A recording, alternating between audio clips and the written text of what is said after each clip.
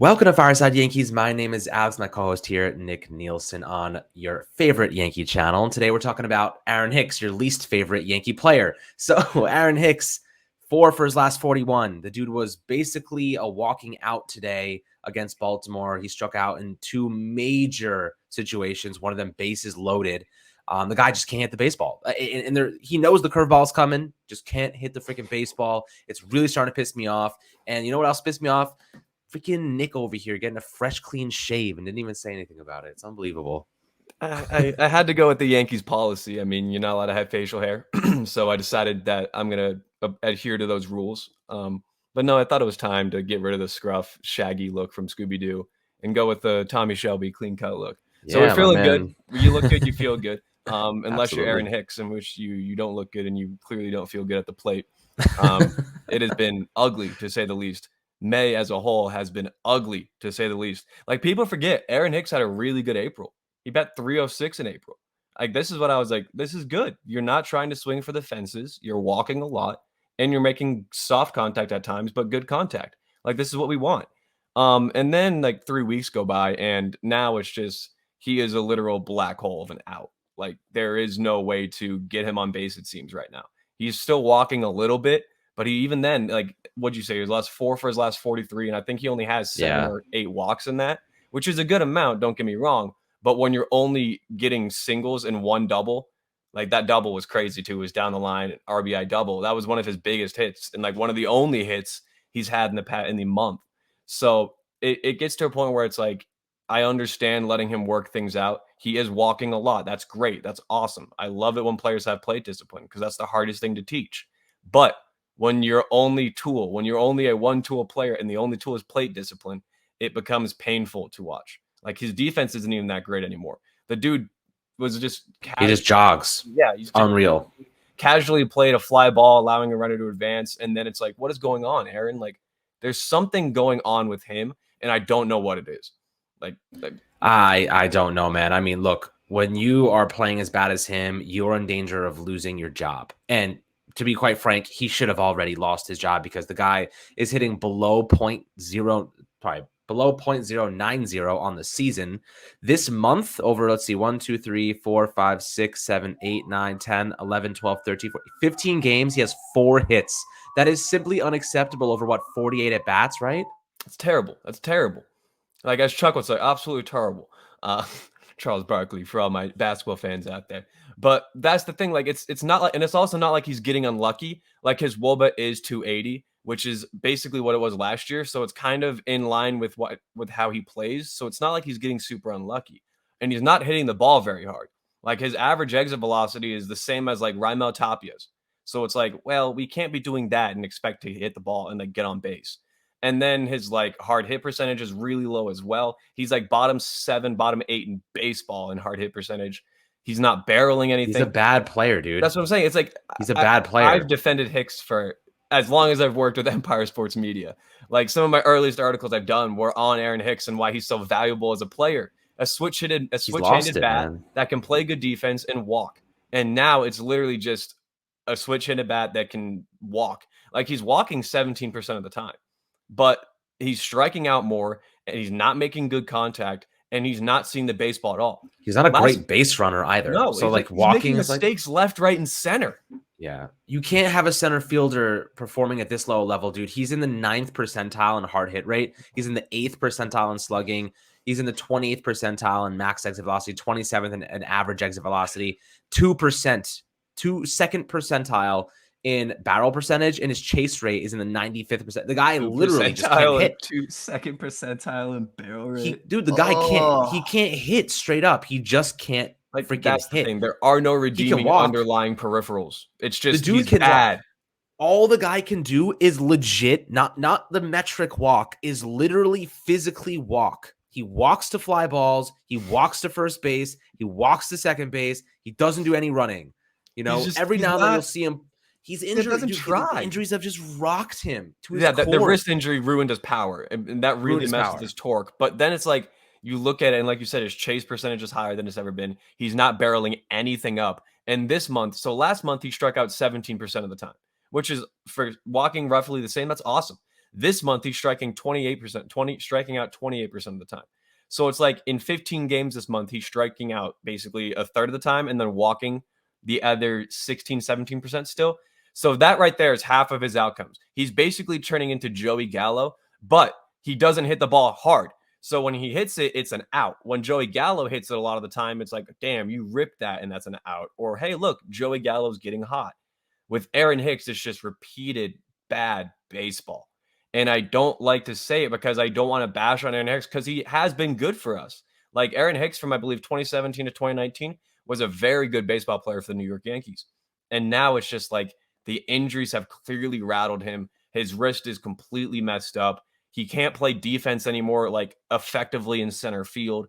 And it's just becoming painful to watch him play. And he always seems to come up in the biggest moments of the game and never delivers. It's over. You know he's striking out. I was watching this guy today. I was seeing the pitches that he was swinging out, and I'm like, this dude is 100% striking out. He's not even seeing the ball. He's guessing. He's guessing. He can't. He knows there's breaking pitches coming, and a lot of them are like very hittable inside breaking pitches, which for him and those lefty hitters like Rizzo, those are the bread and butter. They love those inside. Rizzo hit a bloop single off of one of them today. Yeah, he's hit a home run off of one of them, or 2 or 3 home runs this season off of breaking balls. Like, that's the difference though between a good hitter and Aaron Hicks. I hate to say it. There are people out there that are gonna be like, Aaron Hicks is a good baseball player. Relax, he's just a super small sample size. That's what I'm saying. Not anymore. You look at the last 2 years, even 3 years, you look at his injuries, you look at his play, you look at his play style. The sample size says he's not everything's gone downward. So at this point, you got to look at other options, right? Like you love Florial. You brought him up on one of our previous episodes. Got to give him a chance. If not now, then when? Never. If you're not going to give him a chance now, trade the guy. Put him out of his freaking misery already. Like he's killing it in AAA. He's doing really well. He has a couple homers. And look, I'm looking at Hicks, like his numbers. And, you know, Nick, there's something that we brought up. And look, when he bats 7th or below, his average is 250. He's way better when he bats 7th or below because there's no one really on base. He strikes out like no one on base. He strikes out less when runners are on base. When bases are empty, he's hitting 237. When there's anybody on base, he legitimately doesn't hit. He's like 0. He hits like 0-0-0 for most of them. Bases loaded 0-0-0. Runner at first 0.133. I mean, the guy, you know, it's and that's the thing. Runner at first isn't even that big of a spot. Like you should be able to advance the runner simply. Just advance the runner. He's hit into a couple of get-ups, popped up a ton to the infield, and strikes out at terrible pitches that are out of the zone. I don't know what it is. It's like Aaron. We talked about Joey Gallo when we did our little episode on him. I want to say Monday. We talked about the gripes where he was a 3 outcome hitter and player, but Joey Gallo still plays great defense. He had that drop ball in left field. Okay. But other than that, he's been playing really solid defense on the year. And then that's fine that we have one of those guys like that. But to have 2, and a lot of the time to have those guys batting back-to-back or batting within 2 batters of one another is a problem. And that's what's happening now is that Aaron Hicks is not even hitting the ball hard for his hits. He's hitting like soft contact singles, or like line drive bloop singles. He's got 2 extra base hits on the year. Like there's just clearly nothing left in the tank for Aaron Hicks. And it sucks because that's the life of a baseball player. And I don't know if the Yankees DFA him because they do owe him $40 million over the next 4 years. Like it's $10.5 million each year for the next 2, and then $9.5 million for the following 2. So it's like I don't know if they just DFA him and eat the money, but it's getting to the point where they can't even trade him because who's going to want him? For $40 million, you're getting a guy that is basically batting 180, 280, 300. That is Aaron Hicks. I know what you do. I know what you do with Aaron Hicks. Okay, what you do with Aaron Hicks is you take him. Look, he's a starter right now, and he's sucking eggs as a starter. Real bad. What's the difference between him coming off the bench or starting? Nothing. He offers the same shit in the batter's box. So what you do with him is you take him out of his starting role and you use him as a supplementary Marwin Gonzalez role. Marwin Gonzalez starts from now on because the guy can actually make contact. Put Judge in center, Marwin Gonzalez until you go at the trade deadline, try to find some more outfields, or bring up Florial even better. Give him a shot. He deserves it. And let him try. What you do with Aaron Hicks is you utilize him as the guy that when you need to give Judge or Stanton or somebody a day off, that's who you play. Yes. Aaron Hicks he should be the gardener of the team now. 4th outfielder. He's the gardener of the team. He is the 4th outfielder, maybe even the 5th outfielder. Florial comes here and actually starts hitting. Because he does not deserve to play over Glaber, over DJ, over Donaldson, over Gallo, over Judge or Stanton one of the days. Like, that's the thing. If it was where we were like, say, the Rays, where we didn't really have another great option off the bench or someone that he's taking at bats away from, I could also live with his struggles. But we have guys that are hitting the ball well and deserve to be playing every day that he's taking at bats from. And that's the problem. And it's not like he's playing a commanding defense or offering real value to where it's like, I can see some upside. His F-WAR on the season is 0.0. He is literally doing nothing. WRC plus on the season of 86. Like the season average is around 85, 86. So he's a 0 level, like wins above replacement player. And then he's basically bang average, if not below average, of a hitter this year. And the only reason he's bang average is because they fucked the baseballs and everyone's struggling. But it's not like he's a good hitter that's missing the baseball. He's not even hitting it. It's not like he's like, that's what I'm saying. It's not like he's like the beneficiary of bad batted ball luck and the baseballs being unjuiced. He's just not hitting the baseball. He's just not good. And you got to look at other options come the trade deadline. Ian Happ. Everyone loves Ian Happ. He's killing it this year. 136 WRC plus, hitting the ball hard, good amount of extra base hits. And also, guess what? He has a great eye and is a switch-handed bat. And the Cubs are struggling. So maybe you look at the Cubs to trade. Maybe you include a package deal. Try to get someone like Rowan Wick. I'd love to see my boy David Robertson wearing his wearing the World Series, the World Classic jersey, World Baseball Classic. Maybe you get a package deal with him, but you got to look at moving him. Brian Reynolds is there too. He's struggling, but Brian Reynolds is at least has the upside, and you know he's a good baseball player. With Aaron Hicks right now, what we're seeing, I feel like, is what we're gonna get for the rest of the season. And it sucks because I used to be so high on him. Yeah. He's going through the Michael Jordan issue. You know what Michael Jordan's problem was? The guy could not hit a breaking ball. He couldn't hit a breaking ball. He was a fastball hitter. Look, when you're looking at Hicks's numbers, man, he hits 256 against fastballs. Breaking ball, he's hitting 167 and off speed 154. The guy is legitimately he's not seeing it. He sits fastball, and opposing teams are starting to realize that, you know, you don't need to throw him fastballs. Like literally, dude, listen to this. Opposing pitchers are throwing him fastballs 8% less this year and are throwing him off speed and breaking balls at 8% increase because they know he legit just can't hit off speed pitches. Like they're just figured him out. The MLB has just straight up figured him out. Because if you look at all the percentages of fastballs thrown to him over the years, 56%, 55%, 54%, last year 57%, and this year 49%. The first time in his career it's dipped below 50%. They're just figuring out the guy can't hit a freaking breaking ball, and suddenly he's being absolutely exposed. He has on a national level. He has one barrel on the season out of 71 batted balls. One barrel. That has nothing to do with his wrist, by the way. That's everything to do with him just not being able to hit. That's just not being able to hit the ball. Yeah, sweet spot percentage is a great stat because it means that you hit that main part of the bat, that sweet spot of the bat. Last year, 36.3%, 29.8% the year before. Basically sat in the mid to the low 30s for his career. This year, 21.1%. So he's just not hitting the baseball. And at what point do the Yankees realize, okay, we've given Aaron Hicks probably the longest leash I've ever seen a Yankee player given, and yet we're still realizing he's not good. When do we just put him on the bench? When do we get him out of the lineup? When do we try to pursue other trades, call up Florio, do something to change it? Because the team's really good. Even though we lost today to Baltimore, even though we lost yesterday to Baltimore, it's okay. That's fine. Because of the fact that we are still winning series and we're still winning games and we're still a really good team, and the best teams of all time still lose 50 games. Like if we lose 30 games on the season, that is insanity. That's never been done before.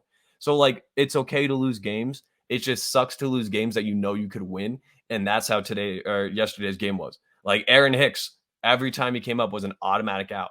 Other guys, automatic outs. You have those Everybody struggles. knew it. But with Hicks, you know it for every game. It's not like now it's just he's struggling for this game and past couple games. It's been a month and he has a 24 WRC plus. Guys, we can't be having that and expecting to win games and trying to bat him 6th, 7th. I get the 9th especially, but then we bat him leadoff the other day and it's guys, that's not the move right now. But the problem is you have nowhere else to put him. If you don't bat him leadoff or 9th, you can't put him anywhere else because that's where he's a 9-hole hitter, bro. We called this, and he is a 9-hole hitter if he's even playing at all. Yeah. Right? That's it. Got to get him out of there. Sometimes, at some point, you got to make the decision that Giancarlo Stanton can't be making $50 million a year and only being a DH. Yeah. Okay. He's, Like he's, at some he's, point, and he's a good outfielder. He's played the he is a really good, solid right he's field a this year. very solid outfielder. Like, the guy is, and he plays so better when he underrated. plays the outfield. He runs like he's a statue, but the dude can freaking move. His Man. running is hilarious. Move. It is funny to watch G run. It is But in the funny. outfield, but in the outfield he moves.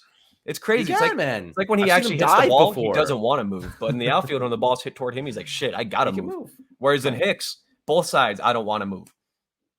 Like he's that's done, man. He just the wrist can't make a move. The wrist can't make a run. But he's done. Like he's get done. someone else, dude. Go get someone. Go call someone up. Move Judge to center and play Stanton and right a lot of the time. Once LeCastro comes back, that'll be awesome. He'll be starting too. But I mean, you Florial's can't just the guy, DFA bro. Hicks. That's the thing. No, you got to try to trade him, but you can't get anything back for him.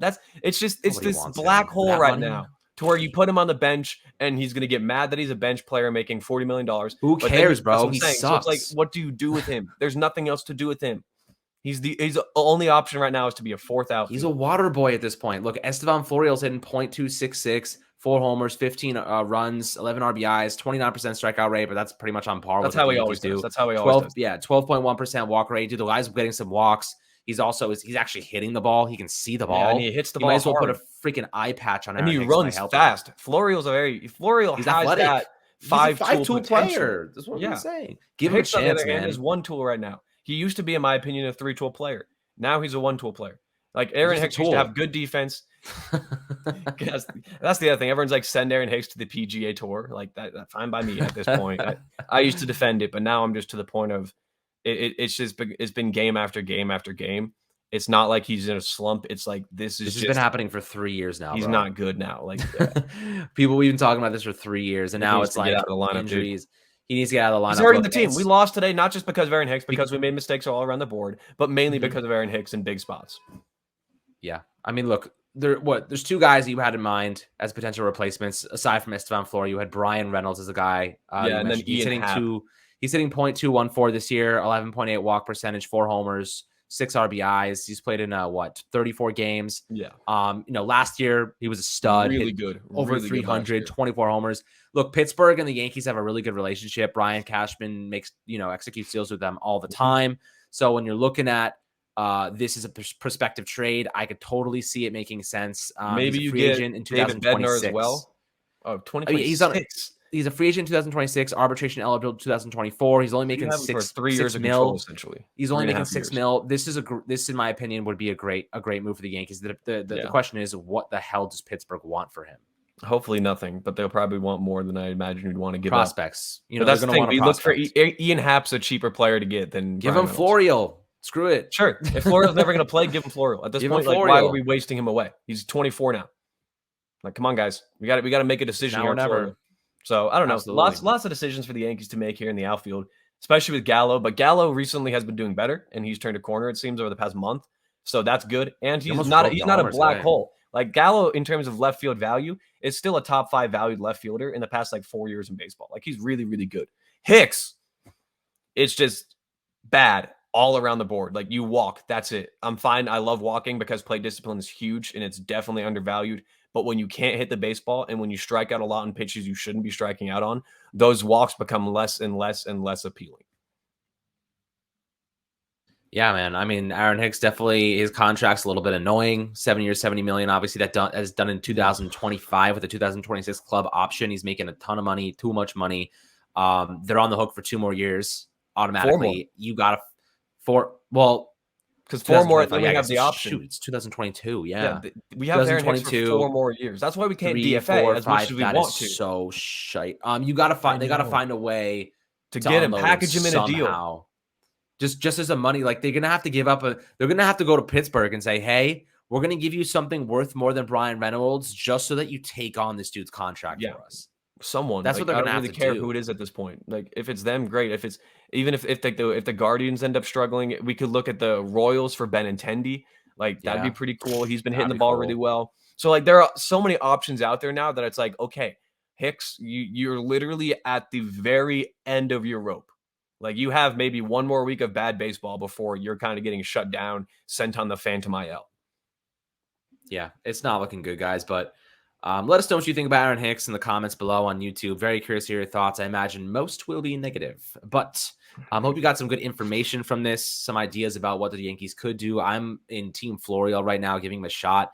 It's now or never for the guy. If you're not going to use him, trade the guy and let him at least go get some reps somewhere else and maybe go get Brian Reynolds. We'll see what they do. Brian Cashman's made some good decisions. Ian Happ, who the hell else? They could bring back freaking Brett Gardner at this point. Go get Ramon Laureano. I'd rather Gardner over Hicks at the moment. Yeah, so go get Ramon Laureano. Who knows? Because Yeah. Oakland's selling. Maybe you got some things going on in like Cincinnati. Like, granted, I'm not a huge Nick Senzel fan, and he's on the IL, but maybe you go get Tyler Naquin. I don't know. There are options, but that's the thing. There are options. Max Kepler on the Twins. There are options out there for us to grab. The Tigers suck. Go get Robbie Grossman.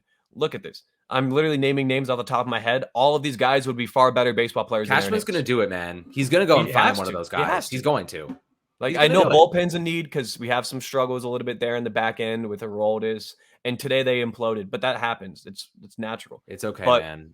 We can maybe get a bullpen arm with the center fielder, but center field is definitely more of a need than catcher because catcher, we know we have defensive beasts at catcher. We don't care that they can't hit the bat that well. But he can't do anything. I have a question for you. Mm-hmm. Would you trade? Okay, let's say the trade deadline's here, right? The Yankees and Cashman believe we can win a World Series this season.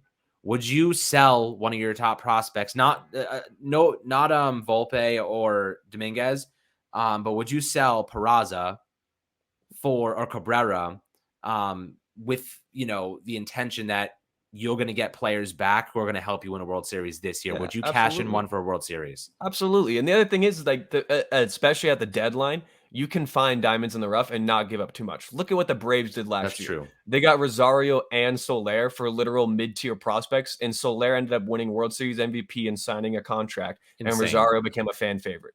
And they got Jock Peterson for nothing. So, and what happened to Jock? He signed a nice little deal with the Giants, and he's kind of cooled off since April, but he had a really good opening month. So, the thing is, you don't have to overpay to get one of those really good guys. You could get, a Max Kepler, or let's say the Royals are struggling a lot. You could probably get Benintendi for not a ton. So, that's the thing. It just depends on the suitor. But to answer that question, absolutely. I would do, a Wesneski or a Waldenchuk or a Medina or even a Heel in a package if we got someone like Brian Reynolds or Ian Happ. Absolutely. Because, like you said, if it means getting us to the ring, to the coveted number 28, then yes, pull the trigger. If we're in a position where you can look at the team and look at it and say, okay, I know exactly what's wrong with this team, and it is center field and bullpen and catcher, as kind of everyone's pointed out, then yes, attack those spots and give up things.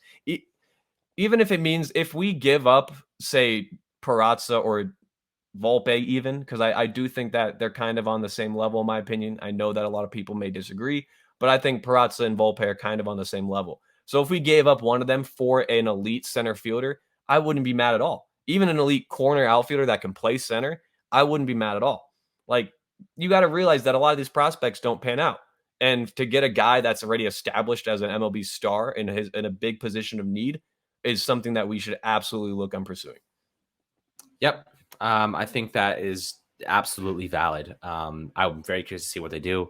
We got a couple months left until July or whatever, till the deadline rolls around. So we'll see what Brian Cashman does. Maybe he'll try to pull the trigger earlier before the deadline and get things rolling and find some valuable players, take advantage of some slow starts from guys like Brian Reynolds specifically. So we'll see what happens, guys. Really curious to hear your thoughts below in the YouTube comments below. Make sure to like and subscribe as always if you enjoyed the video. Daily analysis, daily content every single day. Got you guys covered with thoughts, ideas, advanced analytics, whatever it might be. Hope you guys have a phenomenal rest of your day, and we'll catch you guys on the next Fireside Yankees episode.